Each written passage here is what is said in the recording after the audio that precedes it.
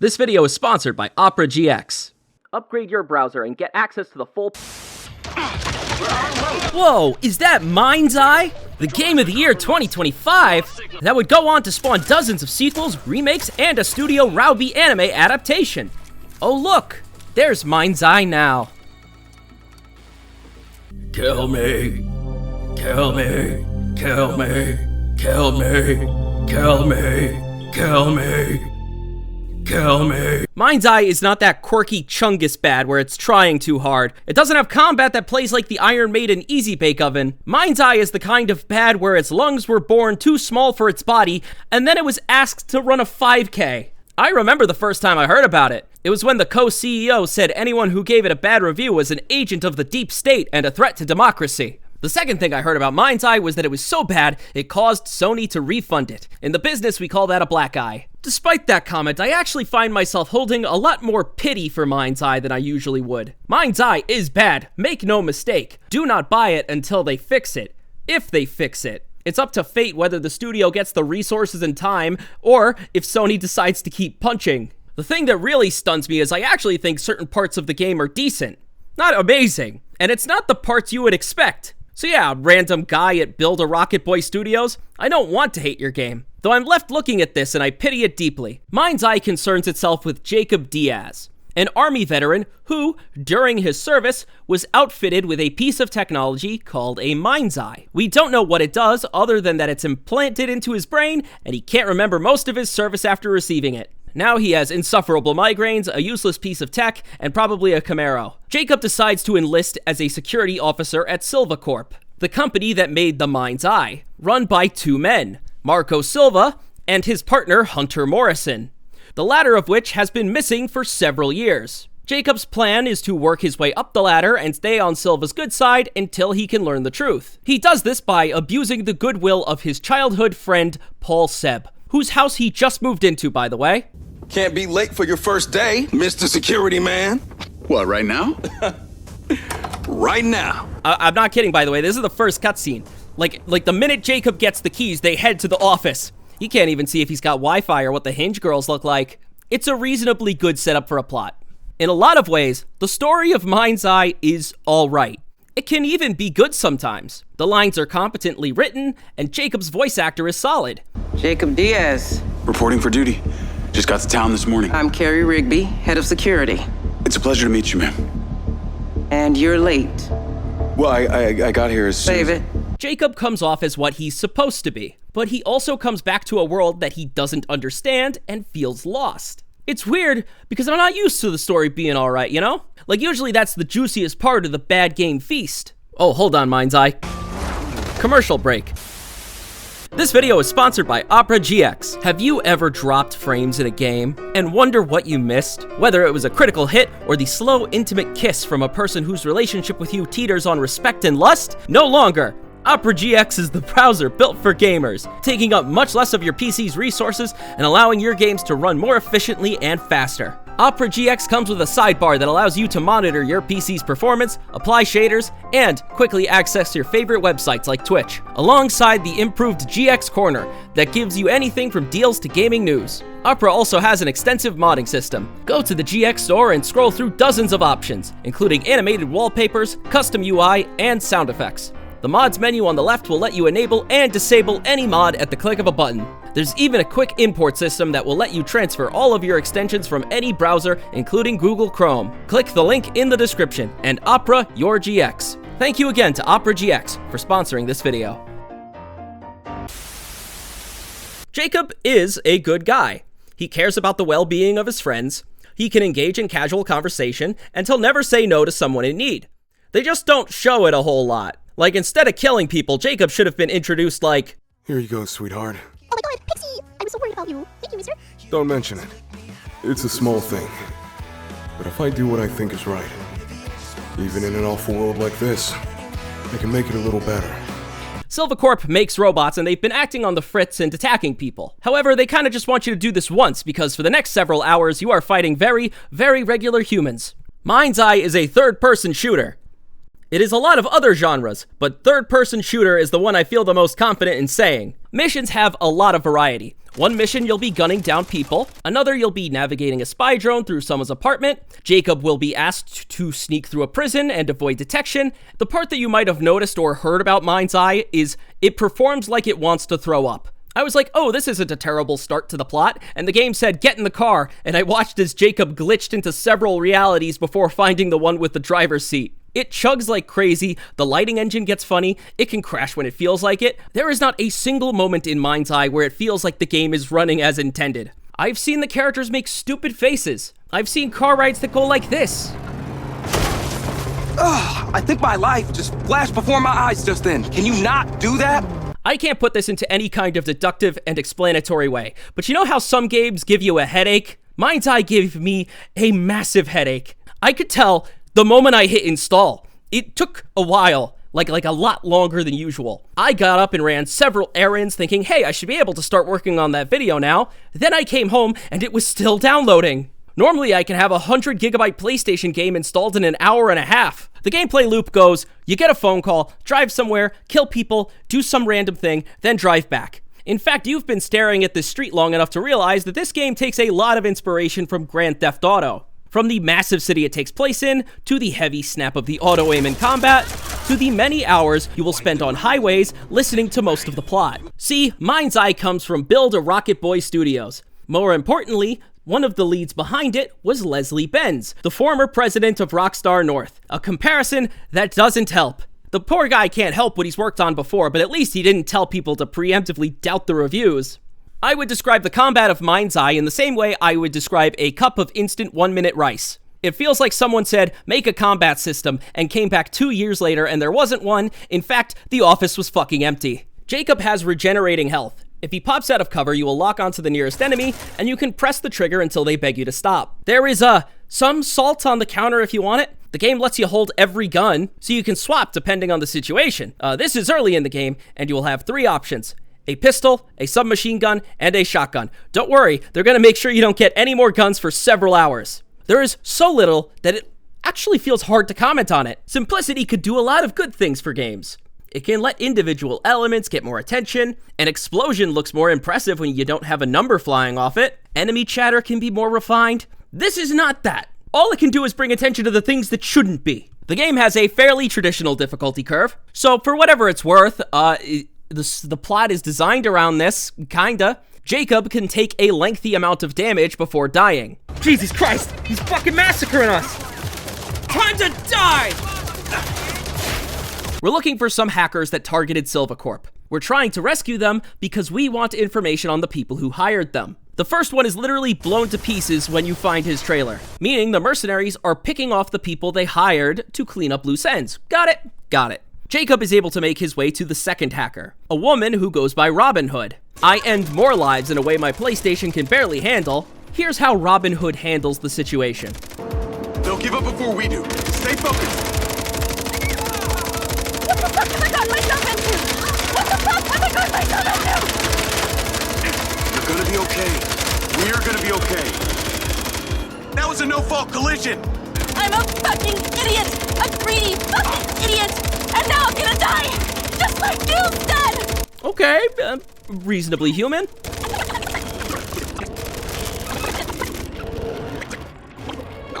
Huh? Are you trying to hire me? After I was hired to hack you? So, would you like to accept our offer, or shall I have DS here throw you off the nearest bridge? Okay, if you make it 32K, exactly. Then we have a deal. Ah, my luxury prison. Lady, what? Robin Hood is screaming her lungs off 1 minute about how greed got her friend killed and that she's next. Then a minute later, she's excitedly demanding $32,000 from your boss and smiling about how she's thrilled to hang out in her luxury prison. Something you'll quickly notice is that MindsEye's story missions have an interesting flow.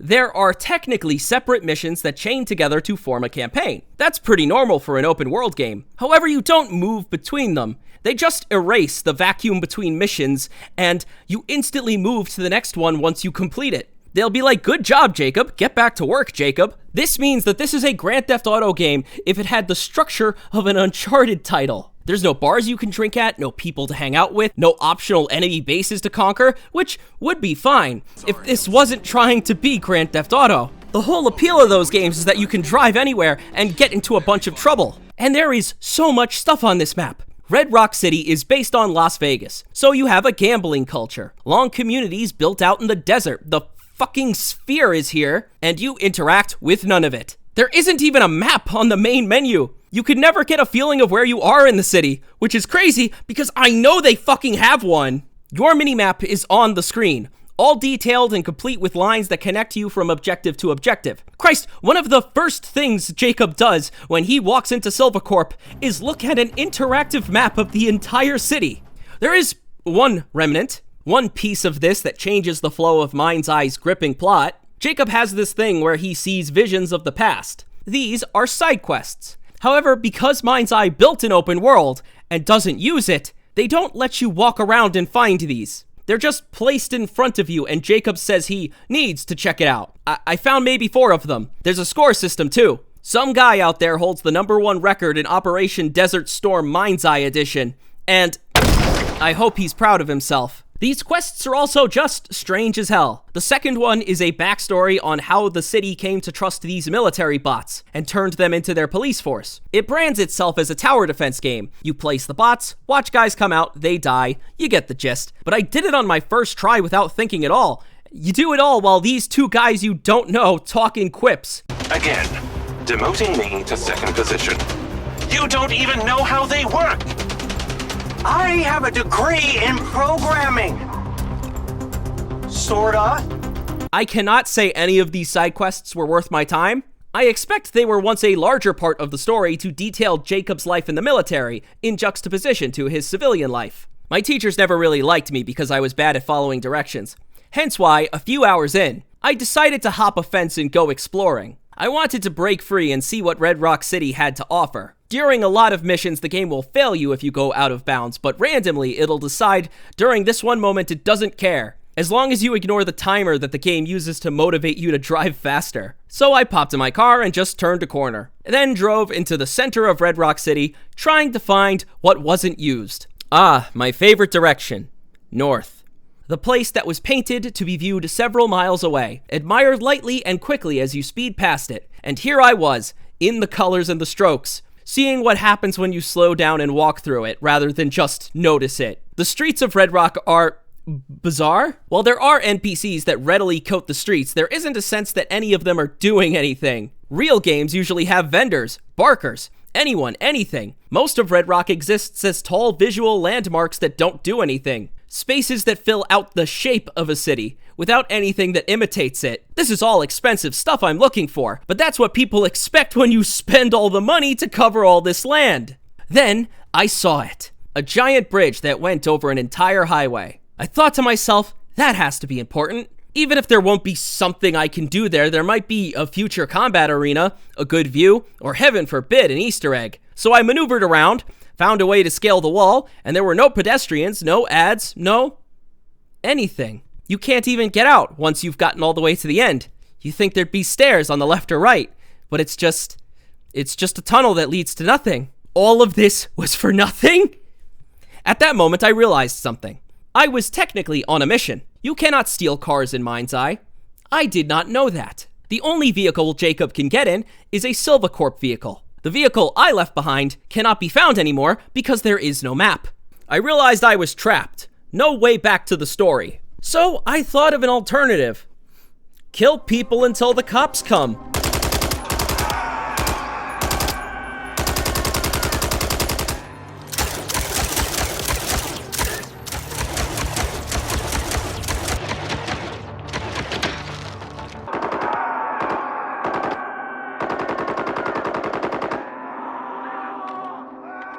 Holy shit. They'll just let me kill them all? No one stops me? I now crown MindsEye, the wokest game of all time. I also learned here that the pistol has unlimited ammo. You can still pick it up. They just want you to feel important. This is probably owed to the fact that they never gave Jacob a melee attack. Meaning if the pistol didn't have infinite bullets, you'd end up defenseless if you were too trigger happy. So I just kept killing. I ran down the streets, Tried to imagine a crosshair and boom, some guy 15 feet away would think this was a practical joke and I'd shoot him too. No one stopped me. It was just screaming and ragdolls. Usually games are smart enough to cover that up, to put some music over it so that you don't have to acknowledge the monster you are. And ibuprofen for your conscience. MindsEye is so broken it doesn't even want someone to tell you it's a bad idea. It's just a thing you can do. This does leave me with a problem. I still can't die and I still can't find my car. While exploring, I stopped in front of a truck, assuming it'd stop, and it ran me over, resetting me back to my last checkpoint. It won't wash off. It won't wash off. Why won't it wash off? What was that? What was any of that? Real time had to be put into making this city. They easily could have just made a linear game. The combat design room is empty, but you've got a legion in the next office erecting the emptiest city since Pompeii. All of it dedicated to nothing. Leading to the only rational conclusion, right? There once had to be a much bigger game here. MindsEye was supposed to spawn articles like, MindsEye reveals map and it's 3 times bigger than GTA 5. And then that didn't happen. Then the course had to be corrected, but they realized they invested too much and it'd be stupid to throw it out. So here's what you get. An empty world that serves as a long driving highway between mission points. The thing is, when I say MindsEye has a decent story, I mean in the context of the lines written and the way they're delivered. However, that line in quality starts to dip as the game goes on. Many missions aren't here. Imagine this is the plot of MindsEye. Here's what it looked like when it went live. By the 3rd hour, Jacob has been introduced to the CEO of Silva Corp. He has spent less time working at that company than an average Rocket Boy employee, and most of that was travel time. They've got the game on fast forward, so a lot of important information is just conveyed like, huh? The main villain's name is Bert Summers. Got it. So many pivotal conversations happen in your car. In Grand Theft Auto, this happened too, but it was usually light-hearted conversation to boost the mood. Like, hey Michael, why is my penis a darker color than the rest of my skin? Recapping during the car rides is a good idea for MindsEye. In the same way that wrapping your broken arm in duct tape is a good idea, it ensures the player doesn't miss a beat, especially when they pull out the secret military past, corporate political relations, and ancient magic computer viruses. Though it also makes you feel a bit like an idiot when Seb goes, wow, I can't believe the entire city is run by CARE, an automated robotic police force. Where'd you get that from, Seb? The 4th hour of the game concerns the exploits of Marco Silva. I hesitate to call this the second act. Silva is the previously mentioned CEO of Silva Corp. He knows everything Jacob would want to know. About the MindsEye, about Jacob's unit, about the missing researcher Morrison. He'll tell you all you'd want to know if you act as his personal lapdog. He's lovely, truly. Don't be afraid to dream. Alright, that's what keeps us all alive. Or, does that piece of metal in your neck stop you from dreaming? Jacob, suits are mine. He has the answers to the mystery, and he just sits in the passenger seat. So Silva is like if you took Elon Musk and microwaved him for even more. He's meant to be egotistical and brainless in juxtaposition to the incredible power he wields. We need to transport Silva to a meeting with the mayor at one of her rallies. She's extremely popular with the people of Red Rock City, while hating the suspicious tech company whose CEO is a self-absorbed narcissist, and whose newest security officer acts with legal immunity. You would assume her role in the narrative, and you would be wrong. She does kind of have like a MAGA analogy with the red hats around her, but she doesn't have any positions other than that she hates Marco Silva. Mayor Vega is a clear-cut villain. The one happily elected and celebrated by the city poisons Silva and has Jacob attacked by mercenaries.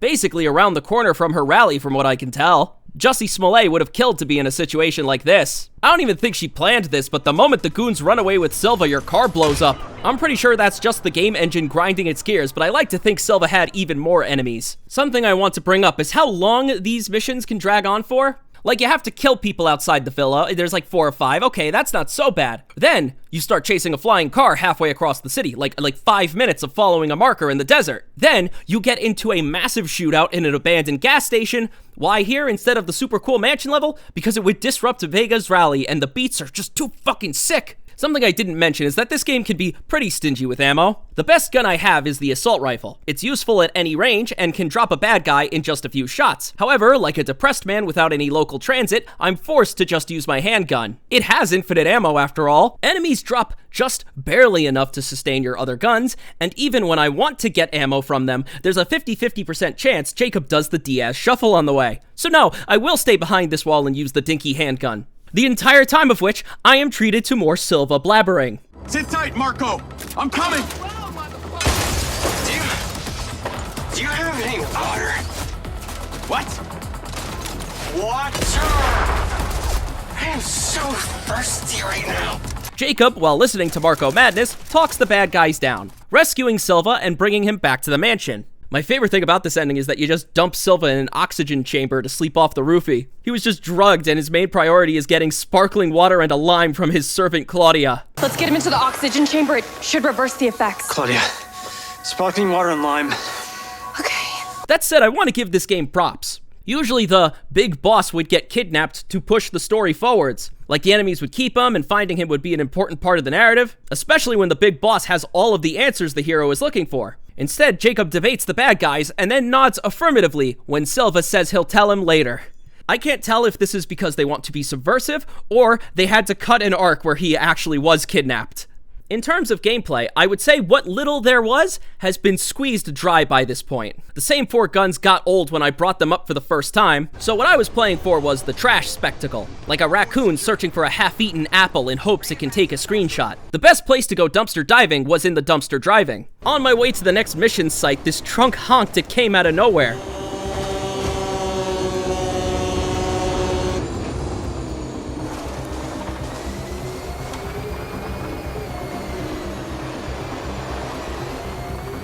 Oh, there he goes. The poor guy drank too much crypto beer. The cars are hilarious. Now, listen to me. Silva's suspicious. I'm freaking out. We need to meet in person. Even then, there's just a stupid oversight. You want to enter this building and drive to the ceiling? Well, having trouble reading the map. They teach you that in Special Forces, remember? Guess not. This was how I played MindsEye. Not looking to expand its story or enjoy its combat. It was an exercise in what would happen next. And my god, does the quality drop as it goes on. After working for Silva, he offers Jacob to have his MindsEye turned back on.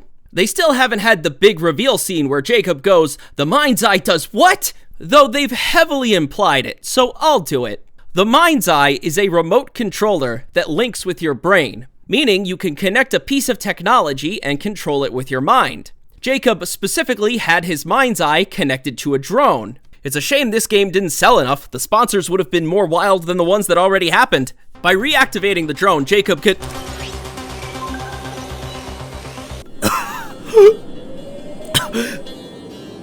Oh my god. Is that a game mechanic? They added a fucking game mechanic!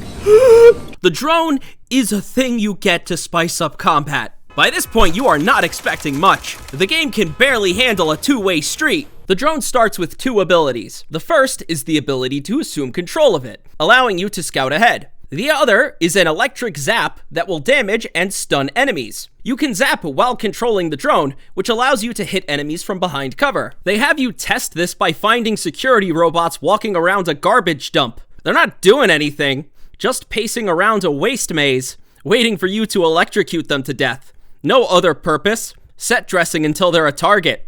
It's poetic if you think about it. But I'm quickly distracted by the fact that there's 2 squares I can't see yet, which means, oh my god, it has progression.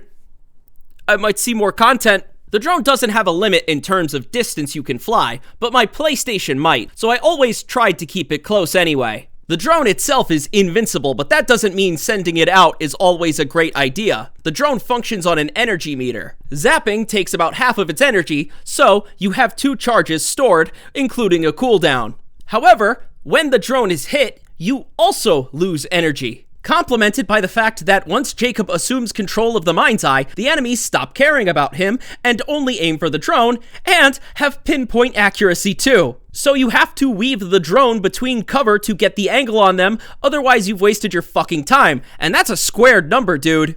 You don't always have to control it. The drone can casually float behind Jacob and does so in a way that you can normally forget. Until this mission. I don't even remember the context. A lot of these missions have gone by like the first 2 minutes of a hub video. I bring it up because I want to talk about the graphics again. The complaints disappearing doesn't mean they stop. I have endured so much that I've had to cut out. But I will show you this one. There's this level where the game wants you to fight through a penthouse apartment in the dead of night without any power. That's bad. The solution is that your drone has a flashlight on it that can reveal the soldiers in the dark to you. However, instead of being a fixed light source that is trained on the player, the drone itself emits the light and that tries to follow the player. But by the way, this is not the 2 abilities over there. This is just something it can do. In fact, they give it tons of stuff. I bet it could let the poor guy fly. One of the themes behind MindsEye's story is whether we should trust the rapid expansion of technology. I thought about this often as my drone got stuck on a wall, then whipped back around to shine its light on me. It's odd because I had the brightness turned up after some obnoxious indoor levels. I checked the menu and learned that for some reason, when you restart the game, it defaults the graphics settings without telling you. Nah, it's cool. Don't even worry about me. I'm like a ninja on horse tranquilizer. I'm used to this by now. There are a lot of antagonists in MindsEye. Alongside Mayor Vega, we have some guy named Travis. So we have Vega, Travis, and the still unseen Bert Summers. If you're wondering where they're going, I need you to consult the graph. To cut a lot of bullshit down though, the game has 1 main villain and 1 sub-villain and a lot of pawns. This is Colonel Lamry, the main villain of MindsEye. While I will talk about more villains between now and then, I want you to remember this guy. He is a man radiating pure evil and commands the entire weight of the United States military. This is the same Colonel Lamry that commanded Jacob Diaz all those years ago. It's the same Colonel Lamry that witnessed... Diaz, do you feel it? Do you feel that American air? No war. Power in every home. The smell of barbecue. The sound of children laughing. Do you ever feel selfish?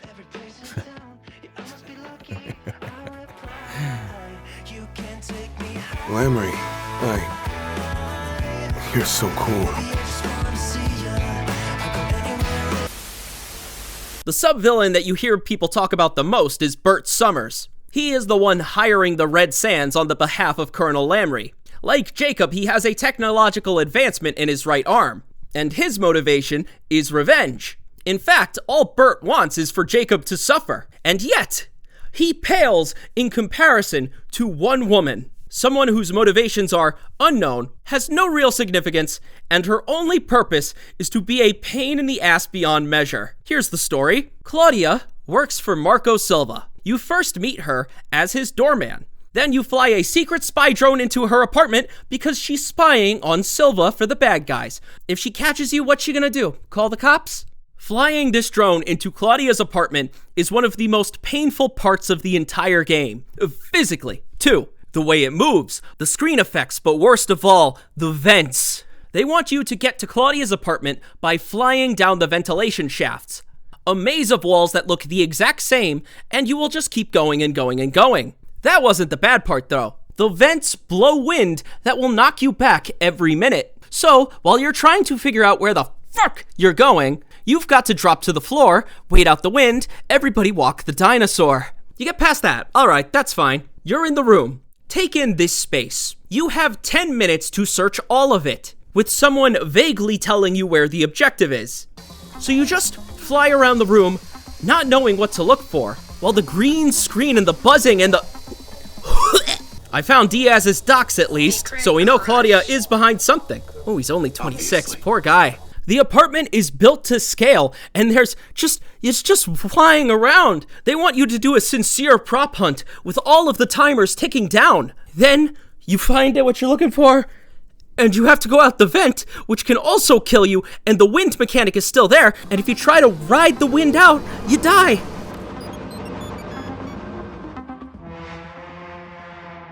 Claudia gets tipped off about our spying and starts fleeing, resulting in the car chase from hell. Just to remind you, this is what the cars drive like.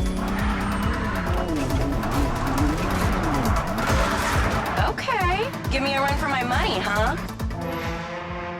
And she will fucking gun it. If another car stands in her way, it will be tossed asunder. Pedestrians are but speed bumps. You cannot make a single turn wrong, or mess up a drift, because if you do, you will never be able to catch up to her. All the while, she makes fun of you over the call, and Marco jumps in just to embarrass himself. She's calling me. Well, come on, patch her in. Add Claudia. Clearly, I'm astonished that a douchebag such as yourself could get out of that, Jacob. This is happening, and there's nothing you or your brain-damaged sidekick can do about it. Not brain damaged, all right? Enhanced. The other funny thing is that they clearly didn't record enough dialogue for this section, because she'll stop talking and just rant about how you suck every few minutes.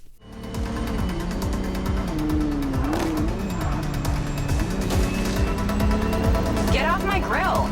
Since she went on for so long, I thought the silence meant something. I was like, oh, I should try to stop her. Why I believed my car could stand up to her machine, I don't know. She's too fast. Claudia doesn't give a shit. She's already left. Eventually, you just follow her in silence. They even keep her smug-ass face in the corner. The rails are on. She's just leading you to a shootout in the desert, and they didn't have enough dialogue recorded. Her face might as well be burned into my screen at this point. By the way, I don't even get to catch her. I don't even get to get revenge. She loops me in the desert and 6 goons on me. It feels good, but not enough. I need to kill her. Eventually, Jacob calls Silva, and he's like, I will not let them stop me. I will not let them fucking stop me. That seems a little weird. Nothing to get concerned about, though. Not that tone he took or the encroaching darkness that surrounds him. I don't fear a single thing. He could give me a second drone, though. That mission was awful. Anyway, this left me in a bad mood, and to distract myself, I lit up this clanker.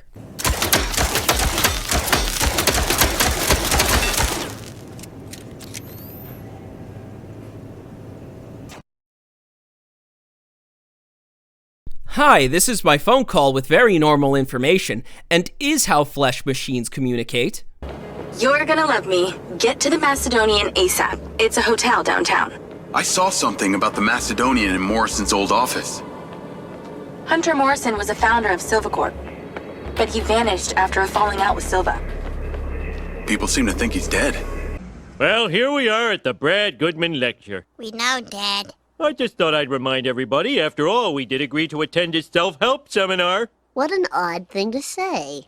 Morrison is alive. He just wants to be alone. He has gone to the outskirts of Red Rock City, far, far out into the desert, past the impromptu sand break dance parties and pointless shanty towns, armed with flying rocket-launching drones that would kill some guy who dared to make a wrong turn. This, you will soon find, is the new enemy type MindsEye has to offer. There have been some interspersed with the regular enemies, like a Coca-Cola flavored condom resting in the bag with the rest of them. Robot enemies have 2 distinguishing qualities.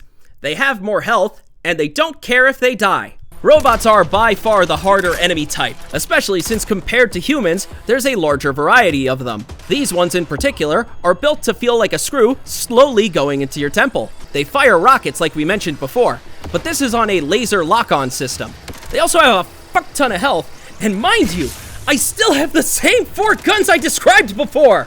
The best I have is a small shock that can temporarily give me some breathing room, except the recharge time sucks ass, and there's like 8 of these goddamn things. All this to meet the Morrison guy, and he looks like the amazing atheist. Morrison is weird. He lives in an underground bunker that can support life so that he can create robots with their own consciousness. I kinda like the guy. The game has been lacking a proper weirdo for Diaz to bounce off of. Only Silva the brainlet hot pocket. We've got Jacob's super serious superior officer and his chill roommate. There's gotta be a guy in the story that explains why it's a darker color than the rest of the skin. Hell, after poking around Jacob's apartment, I found out that he's a gamer, so maybe they have something in common. There's something off about the story beat here. Like I said before, Morrison is the brains behind Silvacorp, and Marco Silva is the face. Sounds simple enough to me. Silva is selfish from moment 1. He whines, pounds his fists, and everyone works around him rather than with him. Meanwhile, Morrison is a humble scientist living in a cave. He also deeply cares for his robot companion Lily, while Silva showed the most concern in his life over a chai latte. Anyway, it turns out they're both good people and partners and entirely need each other. Once you reunite these two, they're inseparable. They argue like cats and dogs, but they never betray each other. Morrison is now your boss, for lack of a better word. He assigns Jacob with a variety of tasks, all of which Jacob does because, well, this route is less annoying than the Marco one. Morrison gives us one big answer. Well, not really. It was the concussion we suffered on the way into his house. We get a full explanation of Jacob's past. While in the army, Jacob also had a drone connected to his MindsEye. During a mission, he was ordered to send his drone into some ancient ruins, upon which it got infected by a computer virus. Okay, so the twist is, what the fuck do you mean there's a computer virus in a cigarette? This cigarette was made by a race called the Kin. What they are, we do not get to know. Whether it's aliens, an old advanced civilization, or an alternate dimension where humanity got really into computer viruses. This power is so strong, it infected Jacob as well. Whatever the hell that means. Jacob then makes a goofy face before passing out and sending his drone on his own team. Its gunfire injuring them severely. This is what caused Jacob to get discharged, and why Bert Summers holds such a grudge against Diaz, and where someone else gets a great idea. Colonel Lamry was overseeing the operation. He orders his troops to remove Jacob's MindsEye, but in the process only screws up his memories. We're still getting the feed? Yes, sir. It's still on. It's incredible. His brain tissue is damaged, but the implant is still intact. Take it out. Sir, it's still connected to his temporal lobe, but he could die. Do it. I want a hard copy of everything he saw in there.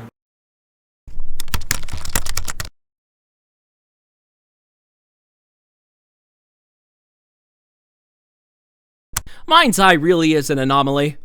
There was obviously tons of money to go around with their massive city and villain voiced by Shadow the fucking Hedgehog, yet the moment I drive outside, I see the sun has gotten 10 times brighter. Back in the present, our goal is to place Morrison's gadgets at 3 locations. The first of which is a power plant manned entirely by robot staff, introducing more mechanical enemy types. The first robot is a turret that treats anything except the assault rifle like a gentle hand on its head. You have to specifically shoot its core to destroy it. If you shoot its legs, you'll remove its ability to move, but not its ability to kill. Then, the shield robots that just don't give a shit about anything. It doesn't help that the robots are more accurate than the humans as well, meaning your MindsEye drone is much more likely to get hit and you lose energy. Thankfully, Morrison has unlocked the DC-1 drone's ability to hijack. I'm not calling it that, by the way. I'm calling it the MindsEye drone.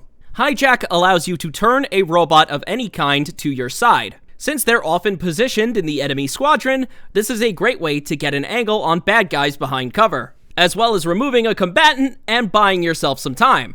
Unthankfully, any hacked robots will explode if you get too far away from them. That's fine. Just drive the drone over, hack them, then stay in the same spot as Jacob. Just don't back up as him, right? Not so fast, because the limiter is tied to the fucking MindsEye drone, not Jacob. Meaning, if you hack a robot, then swap back to Jacob, that robot will instantly explode,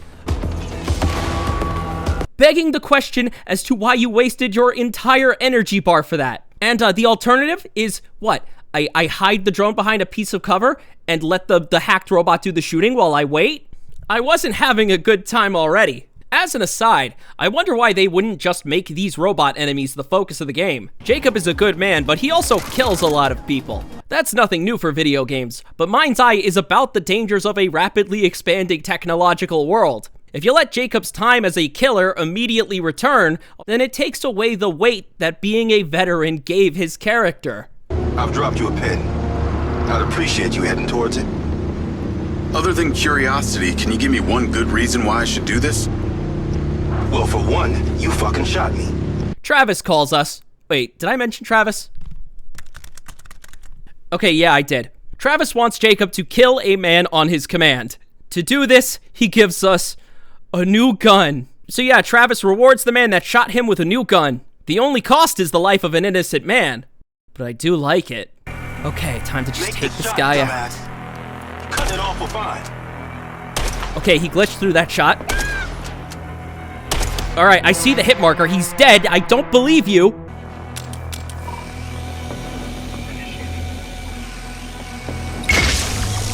The second location for Morrison's device is a prison. And just like that part in the Bible no one likes, they make you do a forced stealth section. Jacob has to sneak around the security robots, and if they catch you while their glance is red, your ass is going back. So you just slump and crawl your way to the end. I'm gonna make you sit and watch. Here, I had to do this. Oh, that's cute. Oh, that's cute. I see the kind of person you are. Don't go back. It's too late. Upon returning, we look at some glyphs and realize that Jacob can read them. This is because when Jacob's drone connected to the kin, Jacob himself connected to the kin. This means that Jacob has been made part kin. In fact, these devices Morrison is having us set up are specifically meant to triangulate a position where the kin can be contacted, so that Morrison has friends for his CS lobbies. The third and final location Morrison sends you to is the Silva Corp headquarters. Since Jacob works here, there's no combat. By God, you can just walk in and put the bastard on a massive rocket. And since Jacob's technically on the clock, after you plant the thing, you just have to escort the platform. You send your drone to look at the pieces and go, yup, A lot of the goodwill has been burnt at this point. No matter how reasonably competent the plot is, it can't escape what MindsEye has become. A narrative designer can't make a good story when he's writing on melting fucking ice. We're gonna close in on that third act. There's this scene where the crazy man Morrison is about to summon aliens, and this woman named Diana shows up, and you can tell there's a lot of history between her, Morrison, Marco Silva, and she does nothing. Ah, Hunter! You're alive! Or are you a high-tech hologram of yourself? This is bullshit. Oh, come on, Hunter, you know how this goes. We argue, you cry. You cry. And then we create something incredible. Diana, we need to talk, okay?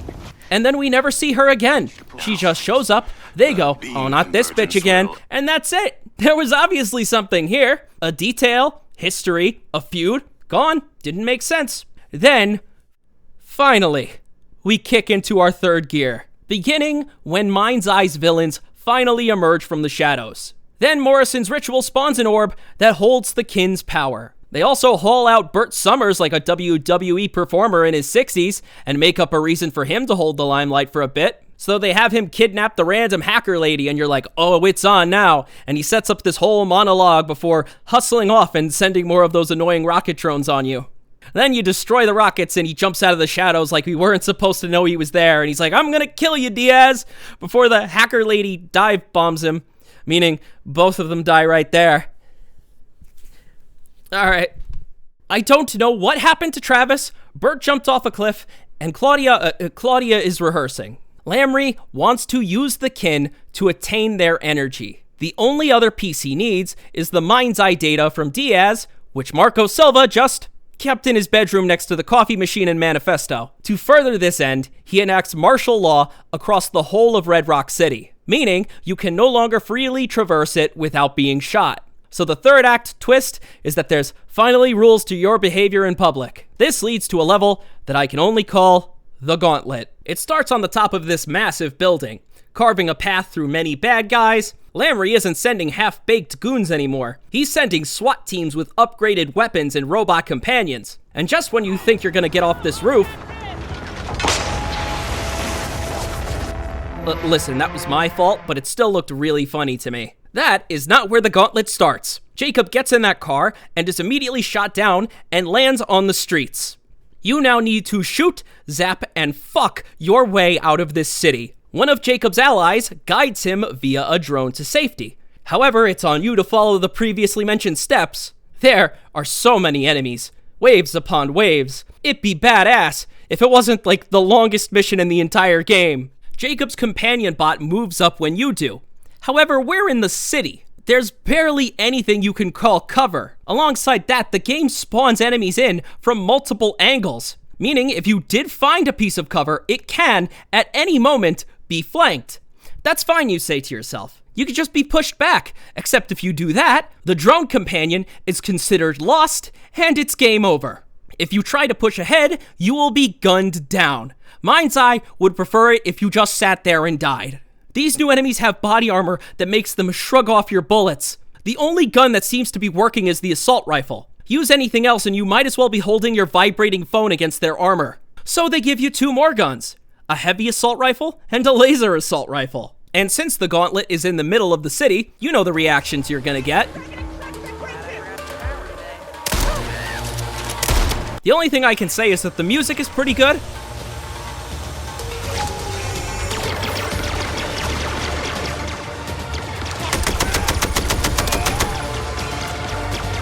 clearing through!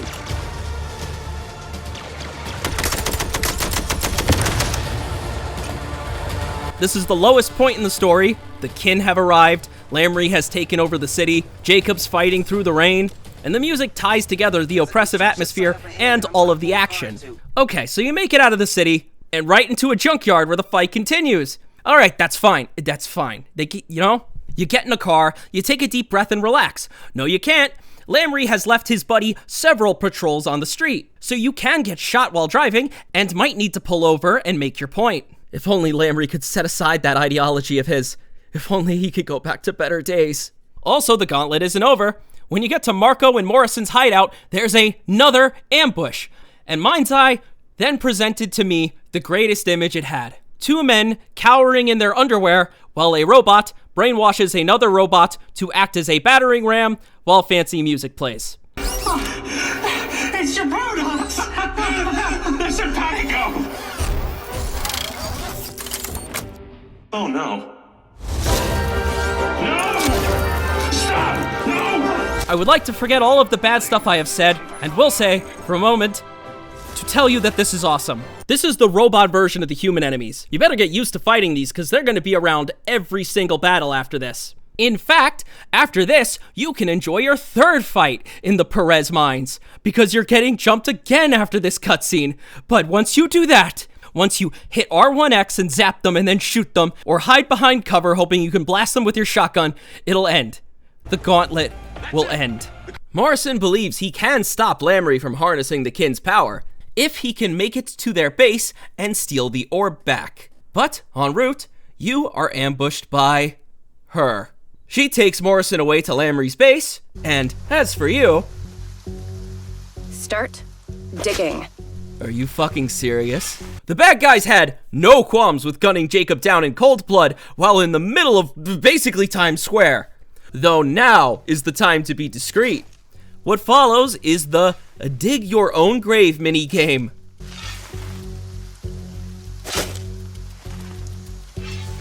Put your back into it. I haven't got all night.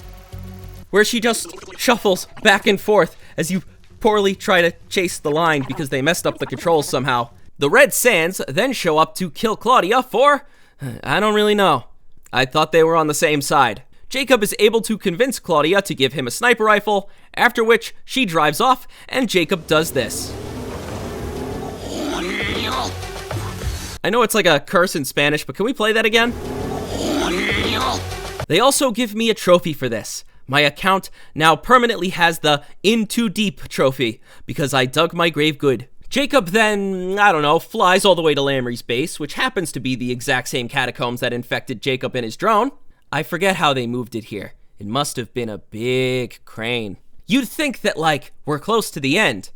We're in a ziggurat, where it all started. Morrison's kidnapped. They did the storyline that should have been done with Marco Silva. Maybe they cut that out because they thought adding 2 would be embarrassing. By now, you've got all the weapons, excluding 1. Maybe 2, depending on what bug they have for you. There was this scene where Jacob replaces his tiny pistol with a mag cannon, and this seems to change every time I die. Sometimes I have the tiny pistol, sometimes I have the kill gun. For your other options, I hope you're okay with 4 different flavors of machine gun. Since Jacob has returned to the catacombs, he gains 2 new powers for the MindsEye drone. The first is the ability to drop a grenade. No downsides. I'm not joking, I like it. It's very useful and plays on the drone in a fun way. You need to get closer to deal more damage, thus exposing yourself to more gunfire. To me, MindsEye is about power. Not power by itself, but power in motion. This is the edge of a world we might see. Jacob is a superhero, but all he has is a Bluetooth connection. He is the prototype, a glimpse into the future MindsEye believes will come to pass. While he gains power, he lost autonomy as a person. Yet it's too late. The MindsEye is already here. They can't uninvent it. The kin are introduced, which I see as a technological advancement over technological advancement. Do we pursue a power like that? Even if what we've gained so far has caused us so much harm. It's an Oppenheimer kind of deal. I thought about this as the kin shocked Jacob's drone for a second time and unlocked its full potential. The zap is now a red beam of energy that blows people to pieces. Lamry leaves Morrison behind and we get a chance to save him. However, we've got trouble. It turns out Bert Summers survived being thrown off a building, which means they've introduced anime logic into this, and I'm taking advantage of it. Bert also maybe has the funniest boss fight I've seen in years. The whole thing is that he hacks you and forces your consciousness into the drone. However, the game has dropped so many bugs on me that I just assumed I was having a problem. I was like, oh, I can't leave my drone now. Great. Maybe reloading will fix it. Anyway, what do you do now that he's really here? You can shoot him. It's a boss fight. You zap him 3 times. He dies. It went by so fast I didn't even clip it properly. Rescuing Morrison is fun. It's a massive car chase through the entire city. Jacob even gives him a nickname because he's so cool. Momo. Where are the people? This is a barren city. They don't even have parked cars on the side of the road. It's all empty. Danger of death! Danger of death! What now, Okada? Doctor here could use a bathroom break soon. Very funny. I'll have you know, my prostate is the size of a pea.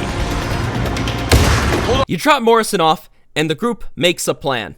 I have cut out a lot for my sake. The ending act of MindsEye is long, so very long. Not in the story department, in the combat department. Part of that is because right after going to this catacomb and doing a puzzle, then this puzzle, then this puzzle, then this shootout, then this boss fight, then this escape, the game's like, where should the final level be? How about we make them get in an aircraft and go back? Yeah, final mission is at the catacombs again. Except this time I've got my boss Kerry Rigby with me. MindsEye does turn into something greater, to its credit. As you delve deeper into the ziggurat, it expands into various tunnels, then a lab, a lobby. However, I need to express that my brain has been turning into jelly. The graphics, the combat, the driving, the graphics, my head was starting to feel like a bongo. That's why near the end of the game, they give me this. Oh, it's just a supercharged electro gun powered by the kin that Jacob finds sitting in a lab somewhere. It's beautiful. Thank you, MindsEye. Let's try this bad boy. My corporate mandated 45-minute break is here. 1 minute. Okay, I'm back. Great. Hope that satisfies you, because MindsEye is going to keep going forever. Because from the lab, you transition to a frontal assault of an American base, to a desperate shootout in an abandoned mall, and then you beat the game, and the game's like, hey, would you like to just be an old man for some reason? No, I'm serious. After the credits start, this is just what you are. I don't know, it was kind of whiplash for me. I didn't know how to talk about it in the context of the ending. The ending of MindsEye is the cherry on top. Lamry, what happens to him? Well, you corner him at a base and... You don't deserve to die!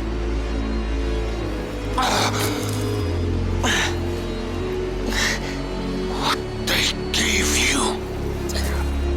Instead of a boss fight, he gets shot in the back by Jacob's boss. The kin have a mind of their own. They take over the nearby robots and have them open up a portal to another dimension. The kin dimension. This is the power Lamry wanted. Okay, let's hit play. Get on the couch. Get cozy. Come on. You're gonna love this part. What the fuck? I see it now. I know what I have to do. Nobody else is dying for me.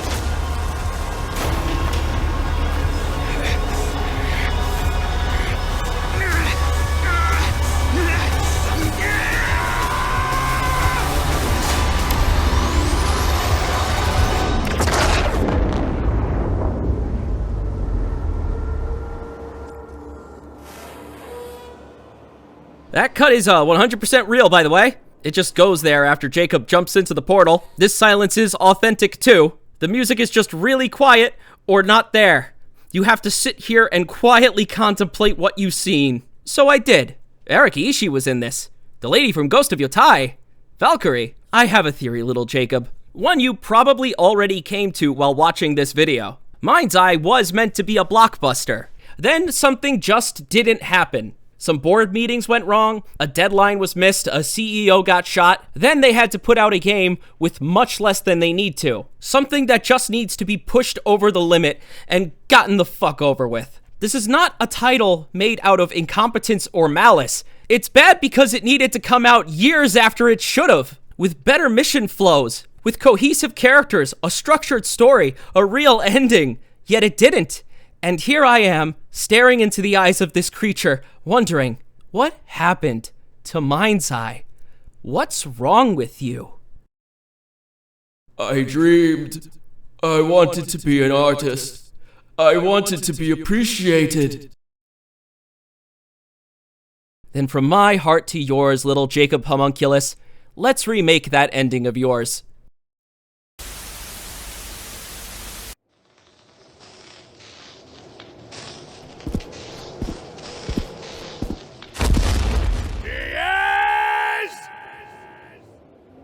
Lamry, I'm doing what I think is right. You can't stop me. Think? Think? You don't think, Diaz. You're a soldier. A gunman that carries ideas for someone else. Your thoughts are borrowed. You didn't know a double patty, deep-fried, extra cheese fucking thing when you walked in this city. And you'll die an even bigger idiot. Save it, Lamry. You aren't gonna talk me out of this. Time to send you back to hell where you belong. MindsEye! Tear him to pieces!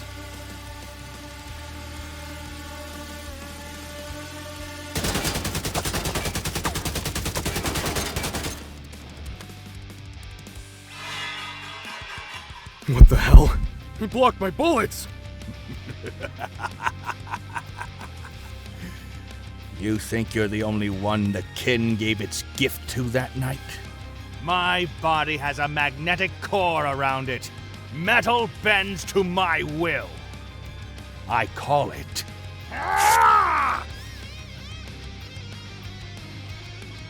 balls of steel.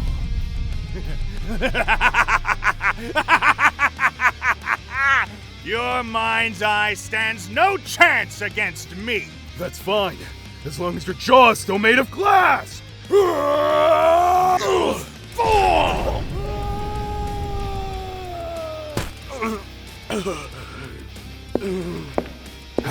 Stupid and weak. I see why you let a drone do the killing. Ideals complement strength, Diaz. Russia, China. Hell, you could give it to the goddamn Canadians and they'd turn America into a maple syrup-flavored crater.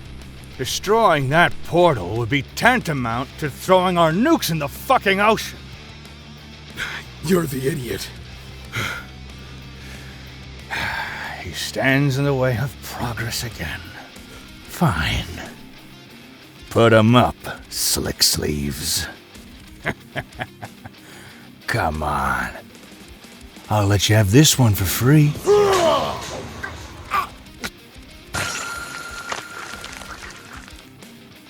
Now there's the man I enlisted. But you still don't have the ideals!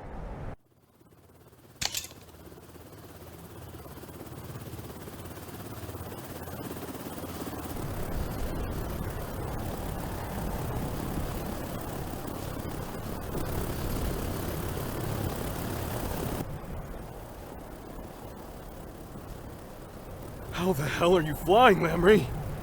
Oh, this? Yes. I keep 2 screws on me at all times. My balls of steel can keep me afloat by placing them on my heels. Damn it. My MindsEye can only keep me in the air for so long. If he uses his power on me, I'll go plummeting to the ground.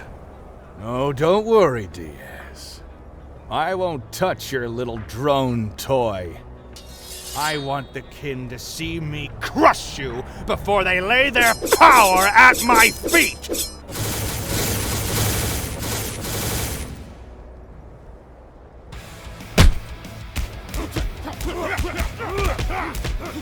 Your ideas are stagnation! Flown under the banner of a man-child company!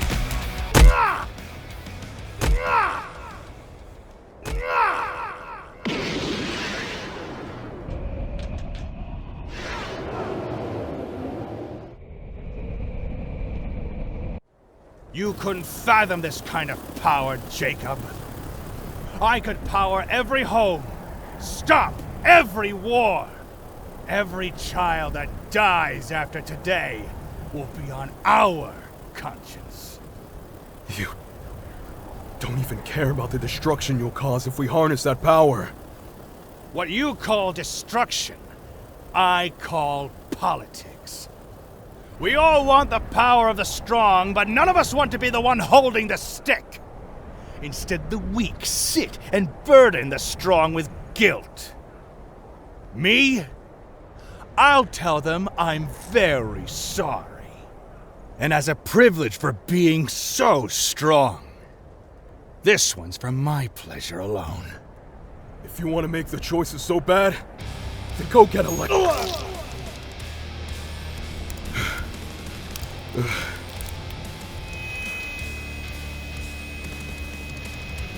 Do you get it now, Diaz?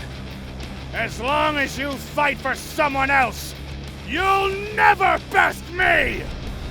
Die!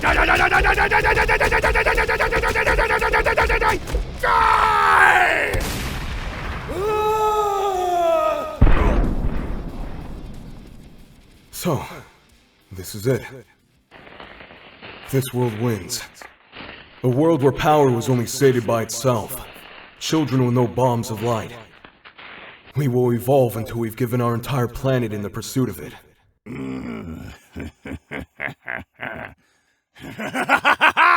That world cannot exist! Go! MindsEye!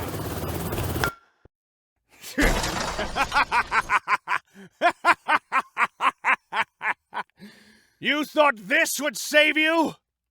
I told you, Diaz. My balls of steel can magnetize itself to anything. A metal drone like this is child's play for me. Yeah, you told me a lot of things. But I learned that silence is a virtue. I never told you the last ability of my mind's eye. What the? A grenade! He must have attached it to the MindsEye drone! I have to get rid of this thing!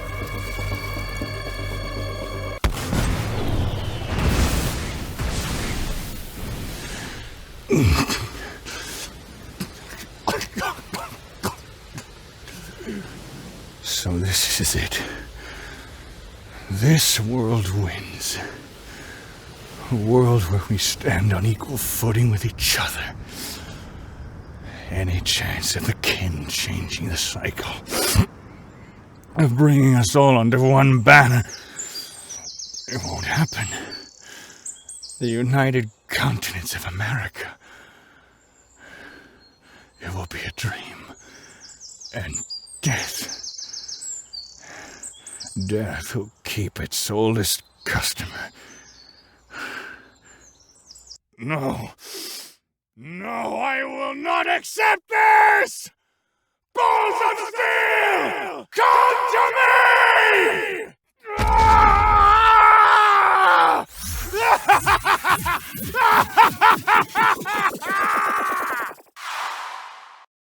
On my pride as a colonel, I will smash you into a smudge on the concrete! Diaz! This is bad. He's summoning all the metal in Red Rock City. There's no way Jacob can survive a hit like that. You've proved yourself a dedicated soldier. I'll tell them you were killed in the Call of Duty. With this attack, I'll finally wipe you and your backwards ideas from this world.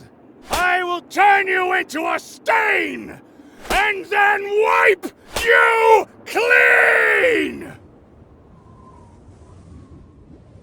I can see clearly now. Come to me. MindsEye!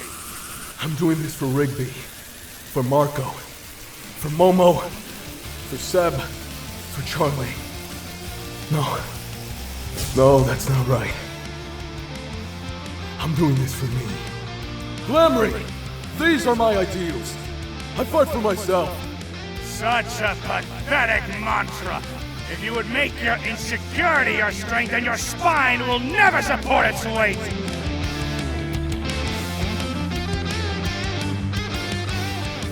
Now die!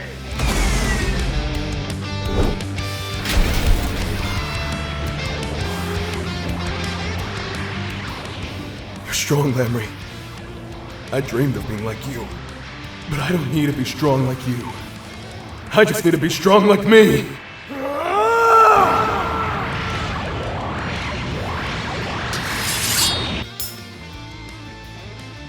My screws! No! No! No! No, no, no, no, Diaz, you can't! You traitorous idiot!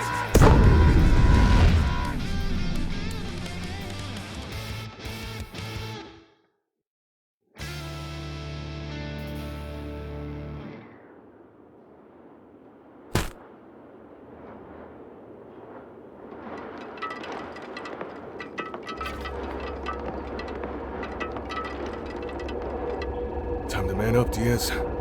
Nobody's gonna die for you.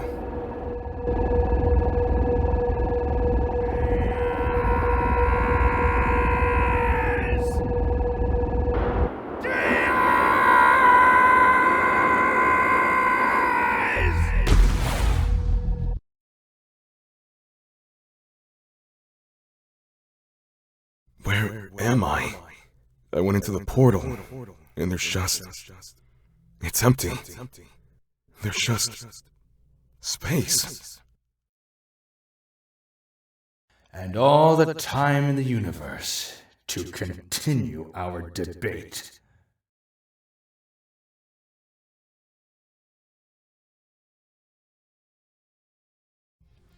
Then, there's no one I'd rather argue with.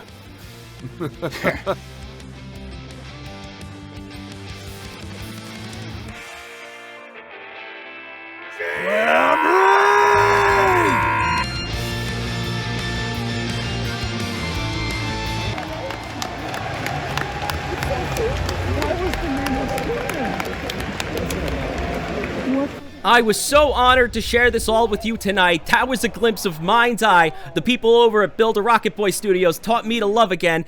All right, folks, MindsEye coming to gaming consoles on... I don't know what I was thinking. Oh my god. By the way, if you like this video, I feel like I've earned the right to say, please go check out the Patreon. Everyone on there got access to most of this early. I want to make cool, weird shit, and Patreon is a really great way of helping me do that. Also, I want to give a shout out to Nay the Yagi, who did a ton of the animatic work and was a lifesaver. I would also like to thank Rius, who composed some really awesome music, including the one you're listening to right now. And I would especially like to thank Slushy/Art, Sirop, Edrigus, Anthony R. Chambers, Minnie McNugget, and Asa Dekai. Thank you so much for watching. Oh god. I think I need to lay down for a minute. My head hurts.